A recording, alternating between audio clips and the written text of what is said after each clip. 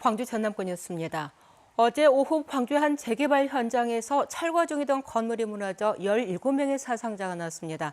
취재 기자 연결합니다. 하선아 기자, 현재도 구조 작업이 계속되고 있습니까?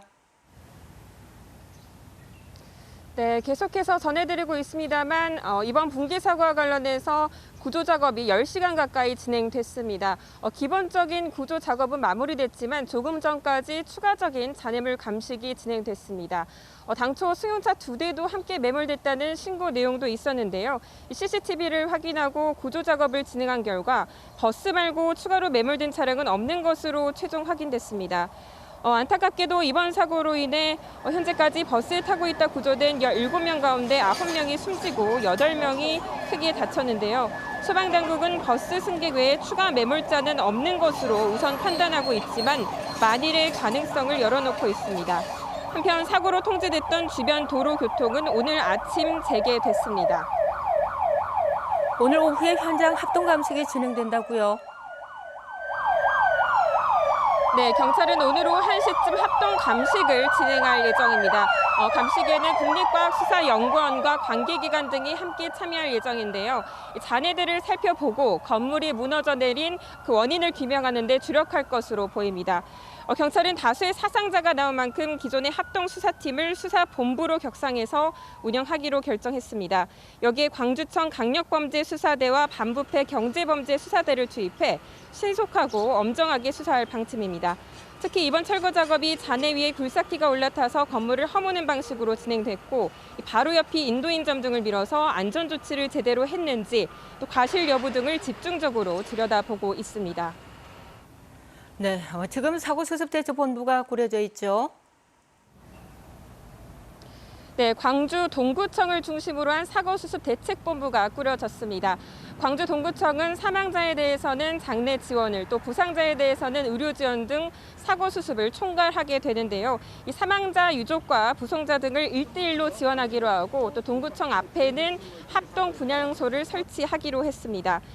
한편 전해철 행안부 장관은 어젯밤 현장을 찾아서 사고 상황을 보고받고 사고 수습에 만전을 기해달라고 당부했습니다.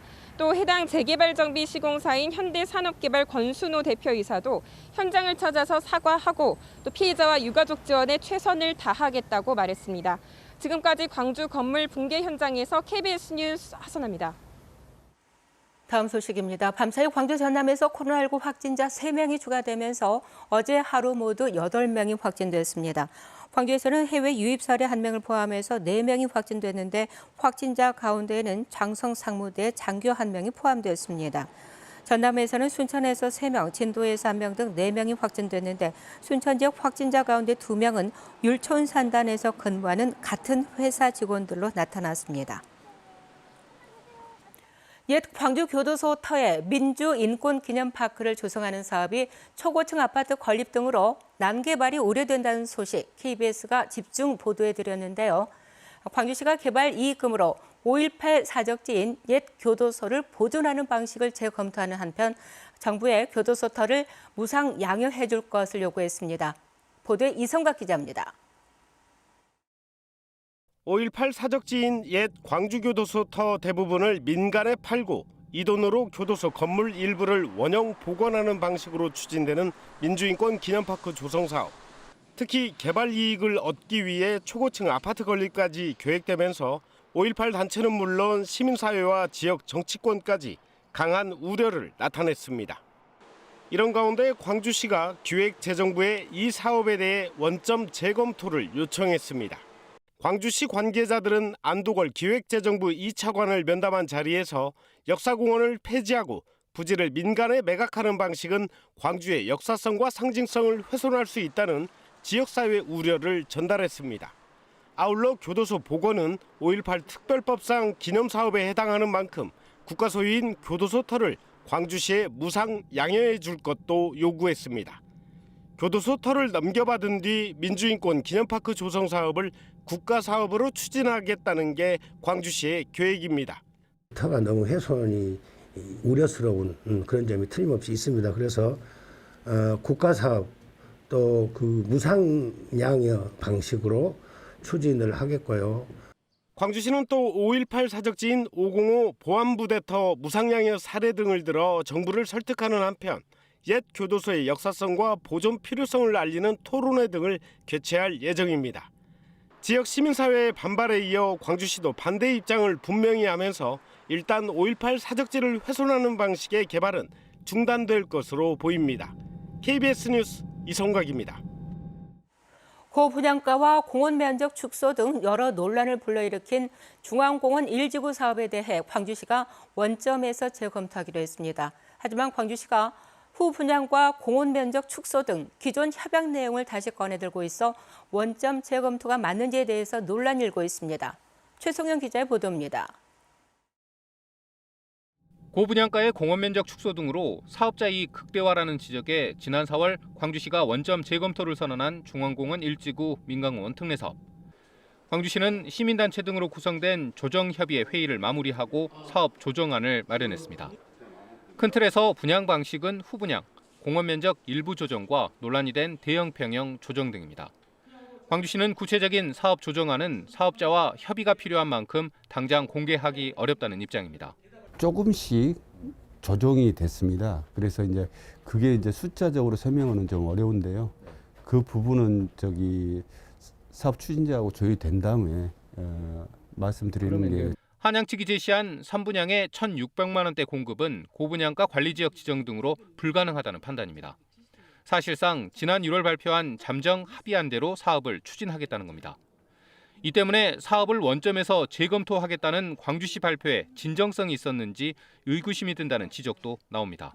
아파트를 짓고 난 다음에 분양하는 방식으로 이제 분양 방식을 바꾸려고 그것을 거의 전제로 해서 지금 검토하는 것 같아서 이게 실질적으로 원점 재검토가 맞냐.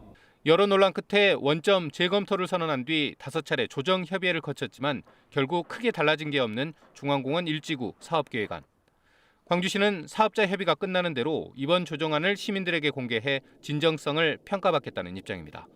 KBS 뉴스 최송현입니다.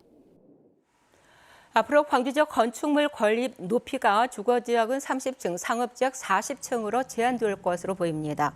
광주시는 이 같은 내용의 건축물 높이 관리 원칙을 인터넷 홈페이지를 통해서 행정 예고했습니다. 광주시는 오는 28일까지 주민 의견을 듣고 이견이 없으면 다음 달부터 건축과 경관, 도시계획심의 등에서 이 원칙을 적용할 예정입니다.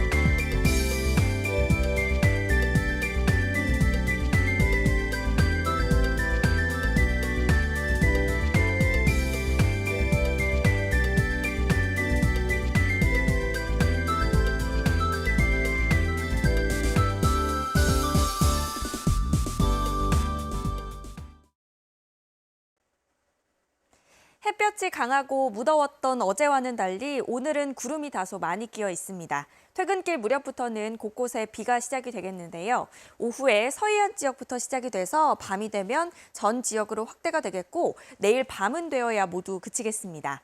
내일까지 광주 전남 지역은 30에서 80mm, 전남 해안과 지리산 부근은 50에서 100mm가 예상이 되는데요. 특히 해안 지역과 지리산 부근은 내일 새벽 사이에 시간당 30mm 이상의 집중호우가 내리겠습니다. 바람도 점차 강해지겠습니다. 오늘 밤부터 남해안 지역은 순간 풍속 초속 15m 이상의 돌풍이 예상되는 만큼 비바람에 주의하셔야겠습니다. 다음은 자세한 지역별 날씨입니다. 오늘 흐리고 비가 내리면서 더위는 주춤하겠습니다. 아침 기온 광주가 25도 가리키고 있고요. 낮 기온 28도로 어제보다 4도가량 낮겠습니다. 여수의 낮 최고 기온 25도, 고흥 26도로 대부분 지역이 27도 안팎까지 오르겠습니다. 목포 27도, 완도와 장흥 26도로 어제보다 2, 3도가량 낮겠습니다. 신안을 비롯한 그 외 도서 지역은 23도에서 28도까지 오르겠습니다. 오늘 오후에 서해남부 먼바다를 시작으로 내일까지 전해상은 바람이 강하게 불고 물결이 최고 4m로 매우 높겠습니다. 오늘과 내일은 더위가 잠시 주춤하지만 주말 사이에 다시 더워지겠습니다. 날씨였습니다. 광주과교원이사회가 법원의 가처분 신청 인용 결정으로 직무에 복귀한 김기선 총장의 사임을 촉구했습니다. 임수경 지스트이사회 이사장은 학내 게시판에 지스트이사회 공식 입장이라는 글을 올려 김기선 총장이 지난 3월 30일 이사회에 참석해 약속한 대로 이사회 불신임 결정에 따라 사직서를 내고 사임해 줄 것을 촉구했습니다. 또 빠른 시일 안에 이사회를 열어 적절한 조치를 취하겠다고 밝히고 김 총장은 이사회 결정이 있을 때까지 겸허한 자세로 기다려줄 것을 권고했습니다. 김기선 총장은 이에 앞서 자료를 내고 남은 임기 동안 성실하게 직무를 수행하겠다고 밝혔습니다. 유두석 장성 군수가 주택 도색 논란과 관련해서 국가인권위 권고를 수용하기로 했습니다. 유 군수는 인권위의 권고 결정을 겸허히 수용해 진정인 피해 회복에 최선을 다하고 이 같은 사례가 재발하지 않도록 군정시책 추진에 유의하겠다고 밝혔습니다. 인권위는 장성군이 도시경관사업 일환으로 공무원의 개인주택 지붕을 노란색으로 도색하도록 지시한 것은 업무상 적정 범위를 넘어선 것이라며 피해 보상 등 조치를 권고했습니다. 이상 KBS 뉴스를 마칩니다. 감사합니다.